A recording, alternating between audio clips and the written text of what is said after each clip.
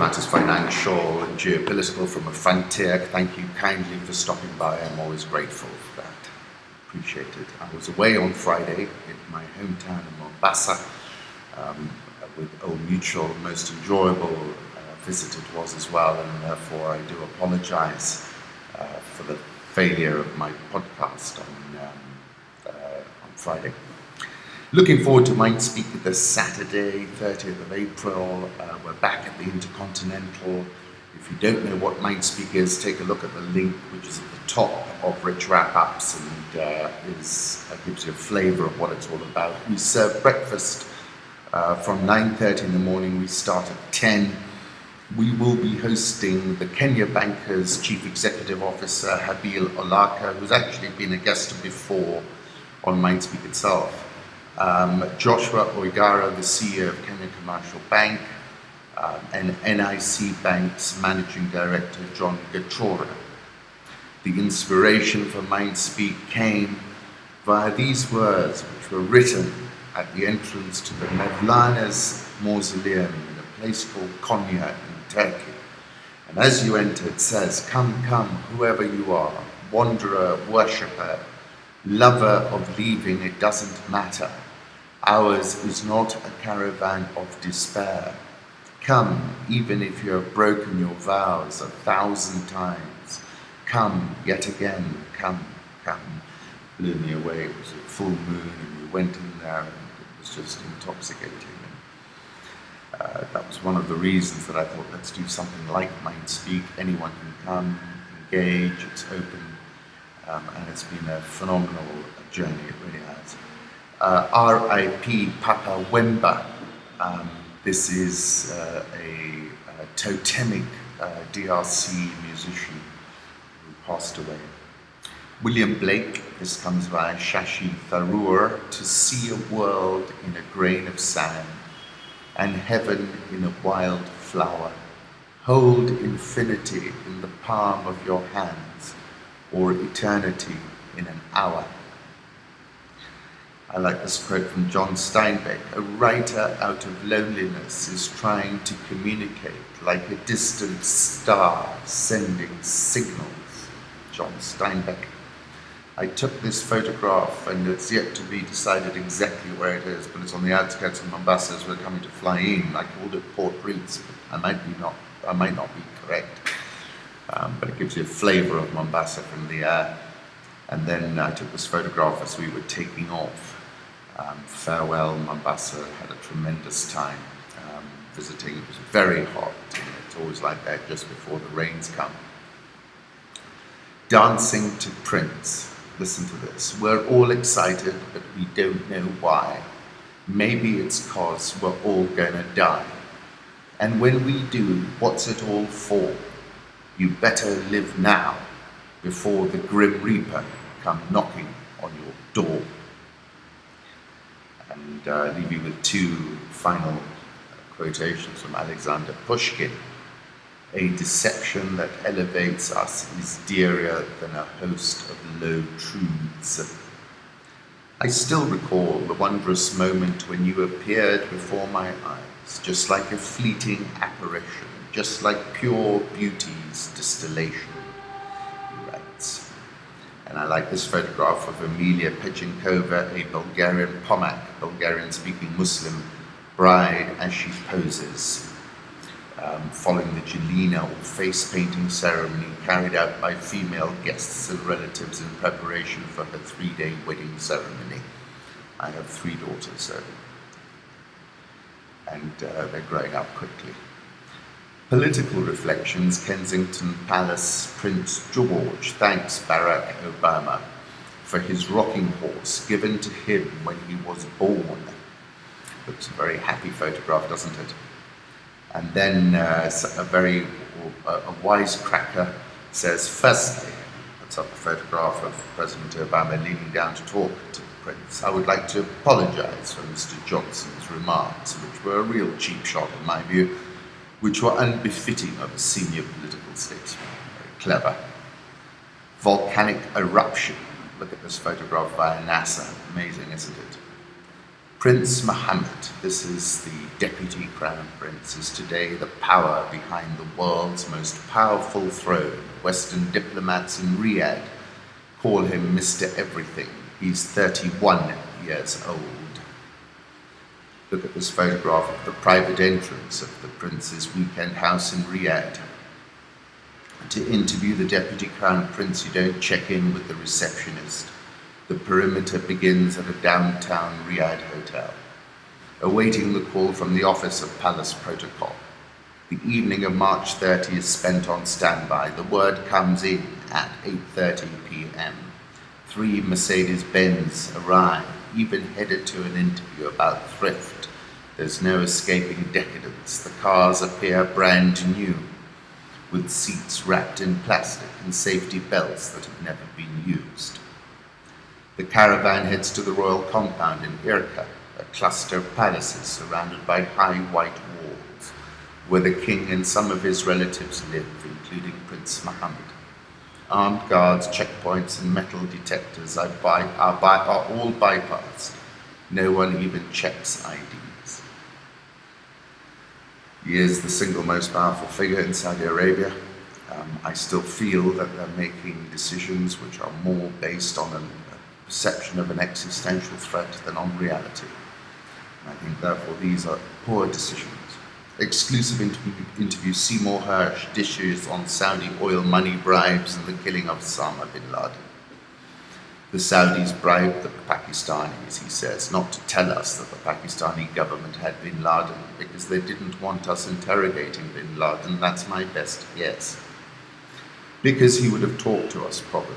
My guess is we don't know anything really about 9/11. We just don't know. We don't know what role was played by whom. So you don't know if the hush money was from the Saudi government or private individuals. The money was from the government. What the Saudis were doing, so I've been told by reasonable people, is that they're all passing along tankers of oil for the Pakistanis to resell. That's really a lot of money. For the bin Laden compound, yes, in exchange for being quiet. PACs traditionally have done security for both Saudi Arabia and UAE. One of the things that comes across just in the current stories about all the travails we're having about ISIS allegedly running all these terror teams in Brussels and in the suburbs of Paris. It's very clear, ironically, that one of the things France and Belgium and a lot of other countries did was after the Syrian civil war began, if you wanted to go there and fight there in 2011 to 2013, they said, go, overthrow Bashar. So they actually pushed a lot of people to go. I don't think they were paid for them, but they certainly had visas, and they would spend 4 or 5 months, come back and do organized crime and get in jail. And next thing you know, they're killing people. There's a real pattern there. It's very obvious. And then counterpunch is saying, so why is POTUS even bothering coming to the Gulf? Does he have any friends left amongst the kings, the emirs, and the princes? The real problem is that after years of fantasy in which, against all the evidence, the Americans persuaded themselves that the Saudis were a force for moderation in the Middle East, the Obama administration has decided that Iran and the huge influence it exerts over the governments of Iraq and Syria and over the Shiite Hezbollah in Lebanon is a better bet than the Sunni Salafists of Saudi Arabia.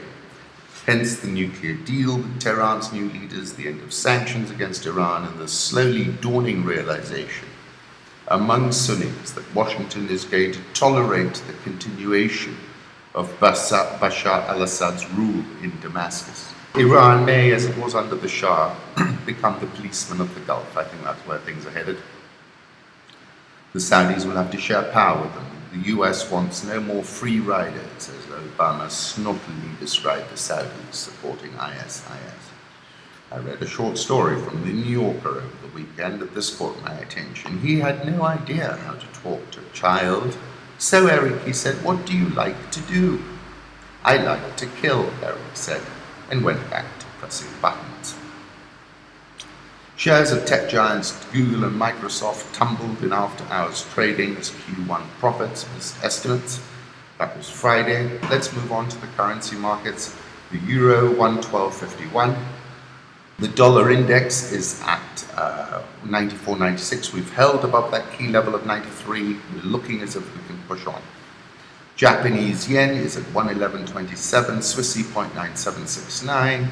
The pound 144.15, topped 144.50 earlier this morning. The Aussie 0.7710, Indian rupee 66.665, South Korean won 1148.58, Brazilian real 356.79, Egyptian pound 886.91, and the rand 14.45. Dollar index, I'll put up a 3-month chart, managing to hold above the 93 level, which was expected and is ultimately constructive. Euro dollar 112.50. The key issue for the euro dollar is 114.50, which has repelled its advance at least twice. Jonathan Ferro, any idea why the prospect of a Bank of Japan lending program with negative rates should move the Japanese yen this much? This is the move we saw on Friday, but we're retracing 56 ticks of that right now. China seizes the biggest share of global exports in almost 50 years. Have a look at this chart. Let's move on to the commodity markets. Firstly, gold, 1233.35. It remains firm, but 1250 remains the key area. But silver may be signaling we're going to pierce 1250 on gold, and at some point. Have a look at the silver chart, feels strong and looks as if it's aiming at $20. Short positions on West Texas Intermediate crude, or bets that prices will fall, have dropped by 131,617 contracts since February the 2nd. And this is the biggest liquidation in CFTC data going back a decade. That means basically all the shorts have been squeezed out and we're now long. And that makes it very, very dangerous. And I think we could be seeing a breakdown of crude oil now, pretty sharp breakdown in point of fact. Could crash and burn. I'll put up a 6-month chart for you to have a look at. But you never know with crude, we can push up. But I think structurally we're going to 30. The question is, how do you get into it?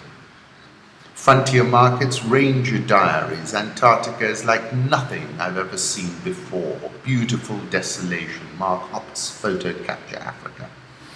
Sub-Saharan Africa, Africa's longest-serving president, set to extend his 37-year rule. This is Equatorial Guinea's Obiang, faces 6 opponents on Sunday. Poised to extend his almost 37-year rule. Everyone said the elections will not be fair. Obiang is 73, will probably win by a landslide because he controls every aspect of the government and society. He has managed to keep power in his hands, said Bennett by phone from Springfield, Virginia. The election is held at his whim, and it's a government by his whim. Crude exports account for 80% of GDP, and the price lull caused the economy to slump by 9.5% last year, according to the IMF. The oil is, this is not the IMF, the oil is only for the Obiang family, said Moto by phone from Madrid. No one can win this election, but Obiang, he has made sure he was the winner before, the winner during, and the winner after the election. Haroon Matassa, who I follow on social media, and she's a correspondent for Al Jazeera, tweeted a couple of photographs. Equatorial Guinea presidential election on Sunday. Looked pretty happy with all the bunting. And then President Wemba speaks to the media after the vote. This vote, there's no issues about it. We know which way it's going. Full moon over the Nile. Look at this photograph from Cartoon. Pretty beautiful, isn't it? Tom Friedman, powerful article. Out of Africa, Part 2. But there is an even bigger abnormality in Diangwene, a farming village of mud brick homes and thatch roof huts. The village chief gathered virtually everyone in his community to receive us. They formed a welcoming circle of women in colourful prints and cheerful boys and girls with incandescent smiles, home from school for lunch. But the second you sit down with them, you realize that something is wrong with this picture. There are almost no young or middle-aged men in this village of 300. They're gone. It wasn't the disease. They've just all hit the road. The village's climate-hammered farmlands can no longer sustain them, and with so many kids, 42% of Senegal's population is under 14 years old. There are too many mouths to feed from the declining yield, so the men have scattered to the four winds in search of any job that will pay them enough to live on and send some money back to their wives and parents. The trend is repeating itself across all of West Africa. Thousands of men trying to migrate to Europe by boat, bus, foot, or plane. The lucky few find ways to get smuggled into Spain or Germany via Libya. Listen to this, and I think he's very right. Libya was like a cork on Africa, and when the US and NATO toppled the Libyan dictator, but did not put troops on the ground to help secure a new order, they essentially uncorked Africa, creating a massive funnel through chaotic Libya to the Mediterranean coast. He concludes saying, gardens or walls, it's really not a choice. We have to help them fix their gardens because no walls will keep them home. Mozambique increased its key rate to a 4-year high as inflation surged. Inflation accelerated to 12.2% in February compared with 2.2% 6 months earlier. The economy grew 5.6% in the fourth quarter of 2015 compared to 4.6% a year earlier. IMF has cancelled a mission to the coal-producing nation after it discovered around $1 billion of undisclosed debt. The country is at high risk of debt distress and may have to repay $119 million it borrowed as part of a $286 million emergency facility signed with the IMF. Medi-Cal has lost 38% against the dollar since the start of the year, being hammered. Mozambique comes clean on $1.35 billion of debt, says an IMF source. Mozambique has given the IMF an avalanche of documents and owned up to as much as $1.35 billion of undeclared sovereign borrowing that may have tipped it into an unsustainable debt trap. And we've been talking about this, and it just takes me back 2 years ago. It was Africa rising, Mozambique was the darling, and today it is a pariah. Burundi sliding towards anarchy, says The Economist. The most immediate problem is that people are beginning to starve. Insecurity has plunged the economy into a tailspin. GDP contracted by 7% in 2015, according to the IMF. This year, Joseph Kabila, Congo's president, seems likely to try his own version of Mr. Nkurunziza's 3-term gambit. The result could well be similar to what has happened in Burundi, and Congo is dramatically larger. In 2015, 64% of South Africans told Afrobarometer that they thought South Africa was moving in the wrong direction. It's a very high number. Mail and Guardian saying 90 days of hell before the axe falls on Zuma.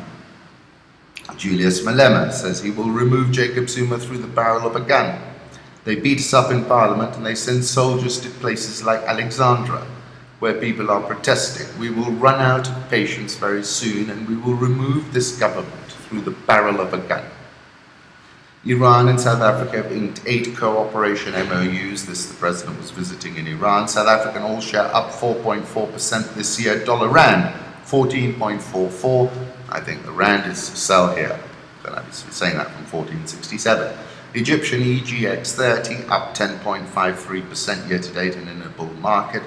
Nigeria economics loses to politics as Buhari takes a Naira stand. Changing his position would make him seem like a spineless leader, said Manji Cheto. He ran a campaign as a strongman, someone who would put Nigerian interests ahead of foreign ones. Buhari just doesn't get it, Kato Mukuru of Exotics, when he was last in power in the 80s. He was also told to devalue the currency. He refused until he was sent out in a coup. Clearly, he didn't do the same economics as I did. There comes a point where you need to understand that the whole country has already devalued. The Nigerian oil share down 13.24% this year. Guinness's Nigeria's profit tumbles during economic downturn. The corporate sector is a good signal in all this noise. Guinea's profit fell 83% 9 months through the end of March. Ghana Stock Exchange down 7.53% year to date. Bloomberg has a beautiful feature on Zanzibar. Visit the most beautiful spot in Africa, it's called, and it is indeed very attractive. Moving on to Kenya. Kenya will build own pipeline, Uhuru tells EAC summit. Obviously, a lot of disappointment on here, and it'll be interesting to take a deep dive and see what actually went wrong, because something did. Price of tea rises at Mombasa auction as volumes decline. This is good news for tea companies. Kilogram of tea fetched 209 shillings. Volumes dropped. Previously fetched 203. My piece over the weekend is about KCB cutting to the chase. The news that Chase Bank would reopen this Wednesday under the management of KCB, and that account holders would be able to access up to $10,000 of their deposits is first and foremost a plain optimal outcome given the circumstances. It's an outcome that's in the national interest. There were a lot of account holders who'd been TKO'd, technical knockout, and from Wednesday they will be back in the game. The CEO of KCB, whom I consider a friend, is a catalytic leader who believes we're in a catalytic moment, and he's having KCB play a catalytic role, and he might well be characterized as the consolidator in chief. Secondly, Kenya should be proud that the solution is homegrown and being led by an indigenous regional champion. This is another important point. We have been arch proponents of a Pan-African agenda, and KCB's rescue fits neatly into that agenda. We were also impressed by the indicated speed that they were willing to move with in reopening this bank, inspire confidence, and even provide liquidity to the depositors. This is somebody telling the East African. KCB has shown it is agile and it can move with speed of thought and execution. I think it represents a coming of age of the bank. There are plenty of instances of shareholder value destruction, and unfortunately this might well prove the case for shareholders at Chase, but this is not the case at KCB. RenCap said it is important to highlight that KCB has simply been appointed as manager, and none of its funds or capital will be committed to Chase during this period. KCB is the price setter for any future transaction. KCB shareholders should surely be cheering the chairman, Guinea, and the CEO, Joshua Igara, at the AGM later in the week. United States Secretary of the Treasury, Andrew Mellon, during the Great Depression, advised his President Herbert Hoover to liquidate labor, liquidate stocks, liquidate farmers, liquidate real estate. It will purge the rottenness out of the system.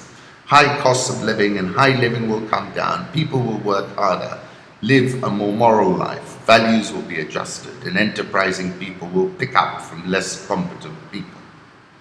Momentarily, and I think this was why the inestimable Patrick Njoroge held his Sunday presser not too long ago, we are facing a wholesale liquidation. We remain in the moment of consolidation, but the central bank and KCB are confirming they have the wit and wherewithal to manage this process in an orderly and effective manner.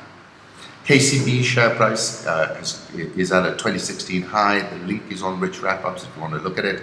I did an interview after the full year results with Joshua, which of course could not see forward into this moment, but covers a lot of interesting points. He of course gave me that wonderful quote saying this is the age of algorithmic banking.